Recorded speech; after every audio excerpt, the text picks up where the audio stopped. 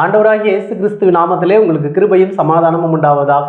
Mark சுவிசேஷம் 14வது அதிகாரம் 50 முதல் 52 வசனங்களை வாசிக்கும் பொழுது, அங்கே ஒரு வாலிபன் நின்று கொண்டிருக்கிறான். இயேசுவை பிடிக்க வரும் பொழுது அந்த வாலிபன் தன்னுடைய துப்பட்டியை உதறி தள்ளிவிட்டு அவன் நிர்வாணமாய் ஓடினான் என்று வாசிக்கிறோம்.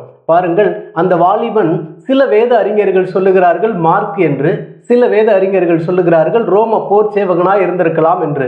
அருமையான தேவனுடைய பிள்ளைகளே, அதே மார்க்கு சுவிசேஷம் 15வது அதிகாரம் 46வது வசனத்துக்கு வரும் பொழுது, இயேசுவை அடக்கம் பண்ண மெல்லிய வஸ்திரத்தை பயன்படுத்தினார்கள், துப்பட்டியை பயன்படுத்தினார்கள் என்று வாசிக்கிறோம்.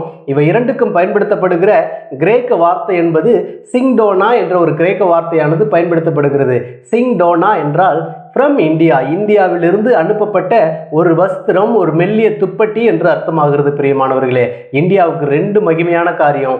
ஒன்று, துண்டை காணாம் துணியை காணாம்னு ஓடின அந்த வாலிபன் பயன்படுத்தினதும் அதே துப்பட்டி தான்.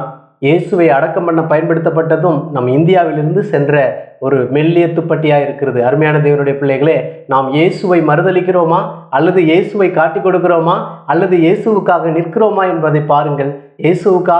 இயேசுவுக்காக நீங்கள் சுவிசேஷத்தை அறிவிக்க வைராக்கியமாய் நிற்கும் பொழுது இயேசு உங்களுக்காக நிற்பார். என்னை கனம் பண்ணுகிறவனை நானும் கனம் பண்ணுகிறேன் என்று கர்த்தர் சொல்கிறார். God bless you.